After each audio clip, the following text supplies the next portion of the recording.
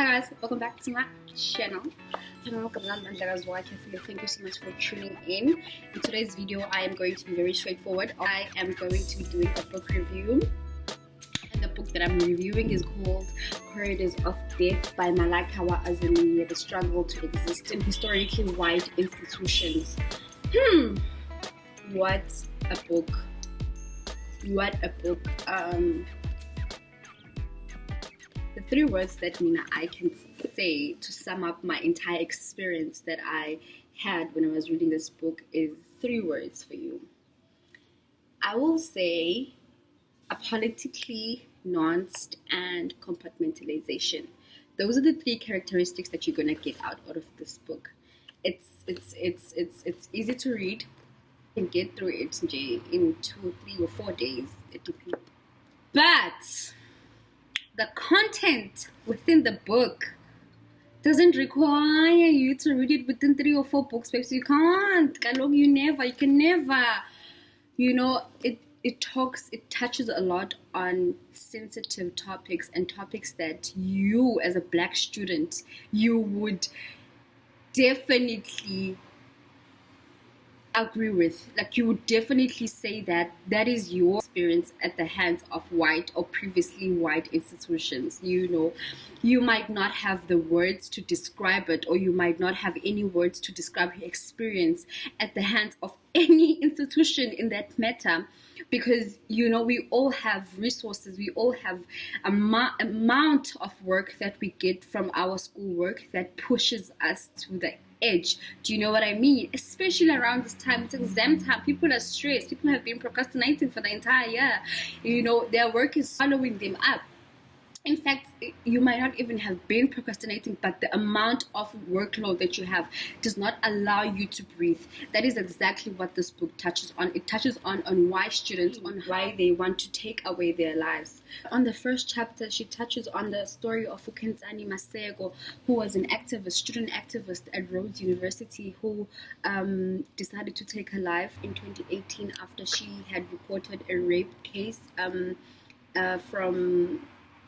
after she had reported that she was raped, and the institution that she was in wasn't taking the case as seriously. So I remember Kinsani trained for a long time because of what happened. And so she touches on the rape culture in institutions. Okay, so when I say that this book is nuanced, I talk about all the hues that this book touches on, and all the question that might arise at the back of your head. Okay, fine, you're complaining with you at historically white institutions. You're complaining about how racism affects you, how racism distorts and messes up with your mind.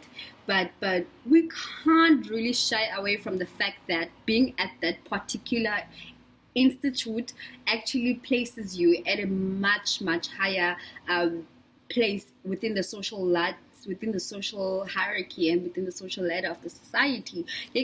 Or you can't really deny the privilege that comes with maybe attending events. We can't deny the privilege that you get. Go into say UCT. We can't deny the privilege. You are deemed.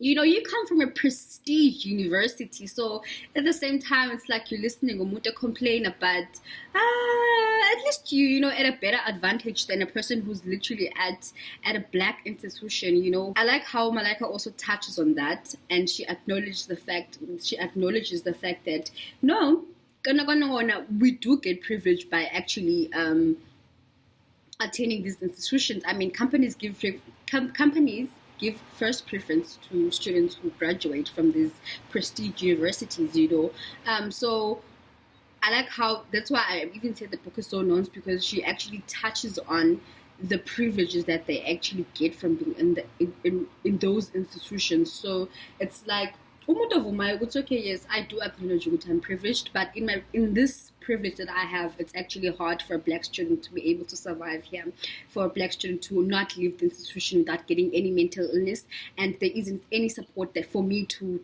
fight this mental illness and to fight all these injustices that are happening. What is there in place to help students that want to commit suicide? What is it that is in place to help students who feel like they're at their breaking point. I feel like I loved that about her, and okay, I love that about the book. Which we can't really shy away, guys, from that. And in the day, I love how I was just saying somewhere. I love how thorough and how well researched this book is. It's a gift that keeps on giving. And what I mean by that is that this chapter that she talks about, where she says we come from brokenness. In this chapter, she makes the argument.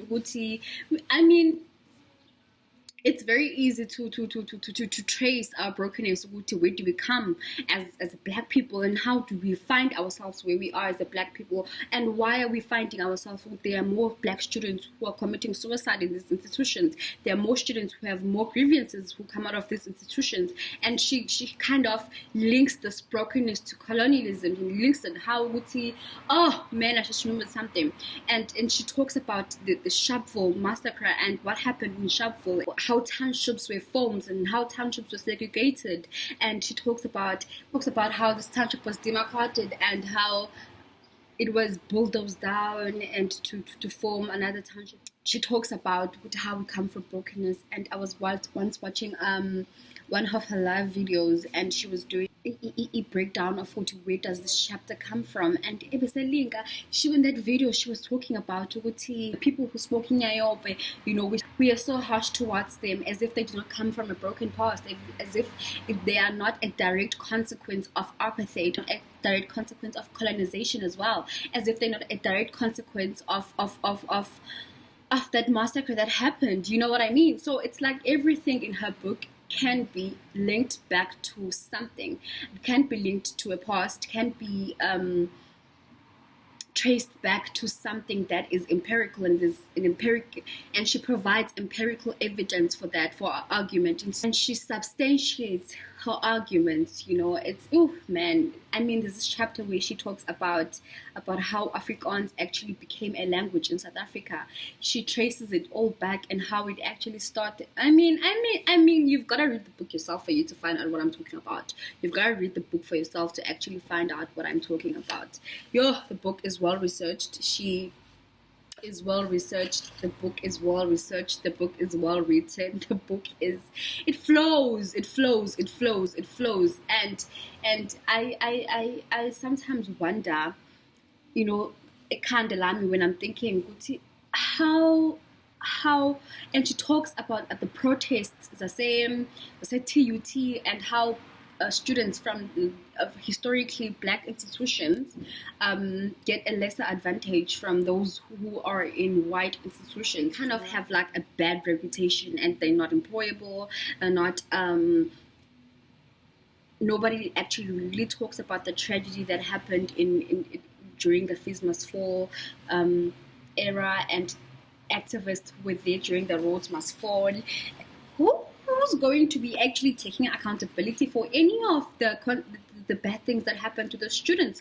The fact that students have to fight for education, have to fight for statues to be taken down, have to fight for fees to be free, have to fight for your supervisor has to supervise you properly like all your white counterparts or students. So, damn, there's this part where she actually talks about institutional racism. Sometimes we may not have the words to actually describe or put into context what we are actually experiencing, even though something may happen to you, or you being discriminated against, or you're experiencing some kind of injustice, but because you do not have the words or the enough terminology to kind of articulate yourself or to try and get your point across, it remains kanjalo because you don't have the terminology for it. But that experience was valid because it happened to you, and it invalidated a lot of who you are as a Black person, and that needs to be confronted, needs to be called out for what it is. There's a chapter where she talks about the beginning of wisdom is to call things by their original names. We have to call out racism for what it is. We have to call out discrimination for what it is. We have to call out a bias for whatever reasons that actually sparks it for what it is. We have to call things gama abo so that it does not invalidate who we are as Black people, and it doesn't invalidate our experiences. So I really enjoyed this book. I thoroughly enjoyed this book. In fact, She even talks about signs. How can you see when someone is suicidal? Because she feels like we can't really just be quiet when so many young people are dying at the hands of themselves. And these institution students feel battered and they feel bruised by these institutions. We have to speak up. We have to say something, and we do not let injustice prevail at the hands of these institutions. We have to speak out. We have to speak out. Do you know what I mean? So she talks about suicide. The whole last chapter just touches a lot on signs or symptoms of people who are going through depression, who are going through suicidal thoughts, and we have to do something about it. Which is slow. I know we didn't think it was that bad. Oh my God, we didn't think she was suffering. Oh my God, we didn't think. You know what I mean? The signs of someone who's going through suicidal thoughts: depressed mood, change in sleeping patterns, change in appetite and weight, speaking or moving with unusual speed or slowness, fatigue or loss of energy, loss of interest in activities that one used to enjoy, feelings of worthlessness, self-reproach or guilt, thoughts of death or suicide. So I feel like we have to get to a point where we really are concerned about our friends and our families who are at these institutions. We can't allow another black student to die, as if we cannot offer words or offer some sort of help that we can. Self-care, we take it so lightly, but it's really one of those things that you need to make it a must in your life. You have to take care of yourself. You have to take care of your psyche. You have to take care of your health. You have to take care of your body, and you have to take care of your intellect. Self-care, self-preservation is actually very revolutionary. So you're going to have to take care of yourself, guys. So please, guys, keep safe. And I would love to end the video by this line that is in the last chapter of the book.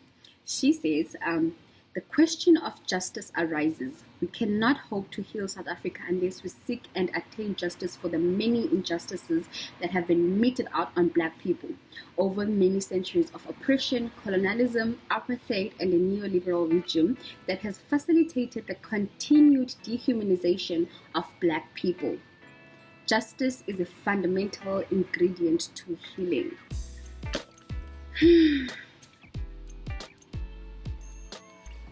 Guys,